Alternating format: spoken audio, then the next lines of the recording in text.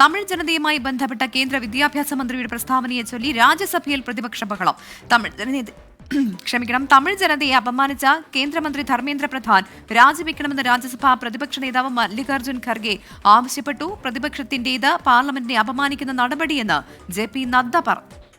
अभी जो उन्होंने भाषा का उपयोग किया और चेयर पर स्पर्शन किया है, यह अति निंदनीय है, अति निंदनीय है. This is condemnable. This is to be condemned by one and all, including the LOP. He should condemn and he should apologize.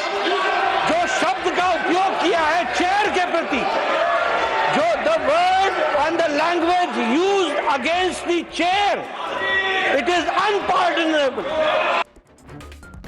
വിവരങ്ങളുമായി ബൽറാം നെടുങ്ങാടിയാണ് ചേരുന്നത് ഡൽഹിയിൽ നിന്നും. ബൽറാം, വലിയ പ്രതിഷേധമാണ് പ്രതിപക്ഷത്തിന്റെ ഭാഗത്തുനിന്ന് ഉണ്ടായത്. എന്താണ് ഇന്ന് സഭയിൽ സംഭവിച്ചത്?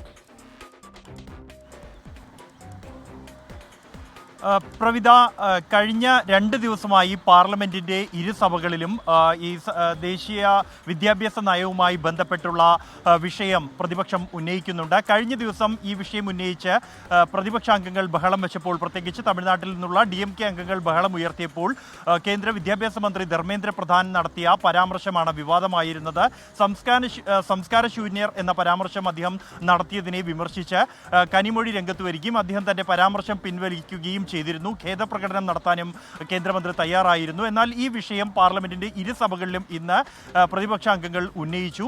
രാജ്യസഭയിൽ ഈ വിഷയം ഉന്നയിച്ചുകൊണ്ട് ബഹളമുണ്ടായി ഉച്ചയ്ക്ക് മുൻപായി. ഉച്ചയ്ക്ക് ശേഷം രാജ്യസഭാ പ്രതിപക്ഷ നേതാവ് മല്ലികാർജുൻ ഖാർഗെ വിഷയം ഉന്നയിക്കുകയും ഈ വിഷയം ചർച്ച ചെയ്യണമെന്നാവശ്യപ്പെട്ട് കൊണ്ടുള്ള നോട്ടീസുകൾ പോലും തള്ളിയത് ഏകാധിപത്യപരമായ നടപടിയാണ് എന്നുമുള്ള വിമർശനം ഉന്നയിച്ചു. ഇതാണ് ചെയറിനെതിരായ വിമർശനം എന്ന് ഉന്നയിച്ചുകൊണ്ട് ഭരണപക്ഷത്തിന് വേണ്ടി നേതാവ് JP നദ്ദ രംഗത്തെത്തുകയും സഭയെ അവഹേളിക്കുന്ന നടപടിയാണ് ഇത്തരത്തിൽ പ്രതിപക്ഷ നേതാവിൻ്റെ ഭാഗത്തു നിന്നുണ്ടായത് എന്ന വിമർശനം ഉന്നയിക്കുകയും ചെയ്തത്. കടുത്ത പ്രതിപക്ഷ ഭരണപക്ഷ ബഹളം ഇതിനെ തുടർന്ന് ഉണ്ടായി. തുടർന്നാണ് താൻ ഇത് സർക്കാരിനെ ഉദ്ദേശിച്ചാണ് തൻ്റെ പരാമർശം നടത്തിയത് എന്നും താൻ അത്തരത്തിൽ വേദനിച്ചിട്ടുണ്ട് എങ്കിൽ പരാമർശം പിൻവലിക്കാൻ തയ്യാറാണ് എന്നും മല്ലികാർജുൻ ഖാർഗെയെ സഭയെ അറിയിച്ചത്. തുടർന്ന് അദ്ദേഹത്തിൻ്റെ പരാമർശം സഭാ രേഖകളിൽ നിന്നും നീക്കുകയായിരുന്നു. പ്രവിത, ശരി, ബൽറാം നെടുങ്ങാടിയാണ് വിവരങ്ങൾ നൽകിയത്.